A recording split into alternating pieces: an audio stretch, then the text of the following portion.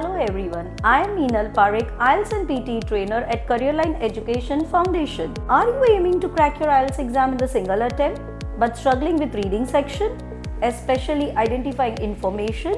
If true false not given or yes no not given feels like your biggest nightmare, you are in the right place. Today, I will be sharing with you some simple, effective and easy to use strategies to help you approach these questions with confidence and accuracy. The basic idea is quite simple. If the information in the question exactly matches with what is said in the passage, the answer is true. If the information in the question clearly contradicts to what the passage says, the answer is false. If no information is given in the passage, and if it is difficult to confirm the answer without making an assumption, the answer is not given. Now, let's try to apply these strategies and try to solve this question type step by step. Let's go. This is the passage about polar bears. Now let's go to question 1. Polar bear suffers from various health problems due to build-up of fat under their skin. The keywords here are health problem, fat under the skin. Now let's move on to the passage and look for the keywords. I've already highlighted the part that consists of these keywords. Let's read and confirm. One reason for this is that they have up to 11 centimeters of fat underneath their skin. Humans with comparative level of adipose tissue would be considered obese and would be likely to suffer from diabetes and heart disease. Yet the polar bear experiences no such consequences. So it clearly mentions that humans with such fat deposit may face health problems like diabetes and heart disease, but polar bears do not face any such consequences.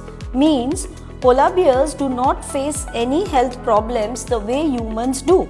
So the information here in the question clearly contradicts with the passage, and so the answer is yes, it is false.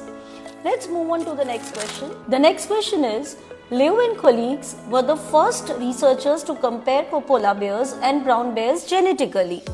Let's check out the highlighted part and you will find that keywords like Liu and colleagues is mentioned in the first line itself.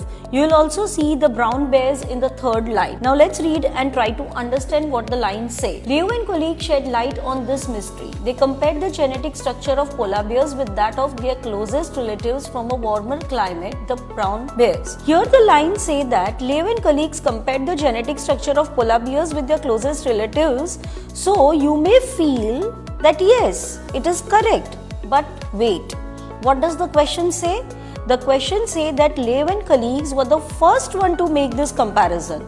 But that is not mentioned in the passage. To match the information, we may have to make an assumption that they might have done it first. But that is not allowed as per the rule, right? We are not allowed to make assumptions when we do the reading section.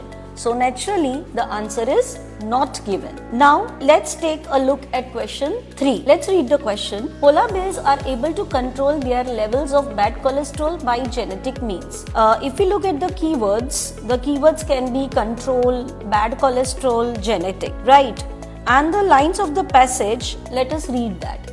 Liu and colleagues found that the polar bears had a gene known as APOB. So the word gene here matches with the word genetic in the question, right?